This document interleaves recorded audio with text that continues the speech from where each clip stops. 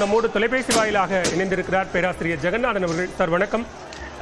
வணக்கம். நேபாள தலைநகர் காத்மாண்டுவில் பிரதமரினுடைய அந்த ஊழல் புகாரை கண்டித்து நடத்தப்பட்ட போராட்டம் என்பது மிகப்பெரிய வன்முறையாக மாறி இருக்கிறது. எல்லா சமூக வலைதளங்களும் அங்கு முடக்கப்பட்டிருக்கிறது. இந்த போராட்டத்தை எப்படி புரிஞ்சு?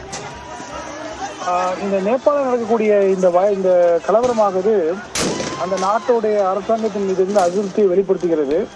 எப்படி 2 ஆண்டுகளுக்கு முன்பு இலங்கையில் இதே மாதிரியான ஒரு மக்கள் இளைஞர்கள் ஒன்றிணைந்து ஒரு போராட்டம் நடத்தி அரசாங்கத்தை வீழ்த்தினார்களோ, அதாவது ஊழல் மகிந்த ராஜபக்சே அரசாங்கத்தை வீழ்த்தினார்களோ, அது போல இந்த நேபாளில் நடந்து கொண்டிருக்கிறது ஒரு வன்மையான கலவரம்.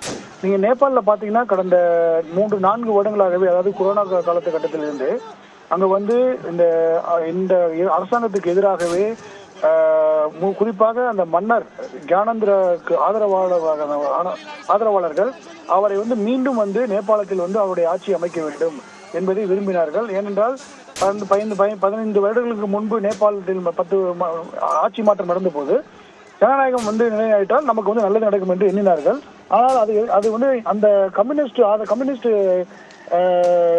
தலைவர்கள் கம்யூனிஸ்ட் ஆட்சியை பிடிச்சதுக்கு அப்புறம் கம்யூனிஸ்ட் எந்த ஒரு டெவலப்மெண்ட் எதுவும் பண்ணாதனால கரப்ஷன் அதாவது ஊழல் அதிகமாக மலிந்து போன ஒரு நிர்வாகமாக தான் இருந்து கொண்டிருக்கிறது.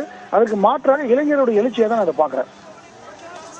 இந்தோனேஷியாவில் நடந்தது, வங்கதேசத்தில் நடந்தது, அதனை தொடர்ந்து இப்போ நேபாளம் அப்படின்னு இதை வரிசைப்படுத்தவோ வகைப்படுத்தவோ முடியுமா?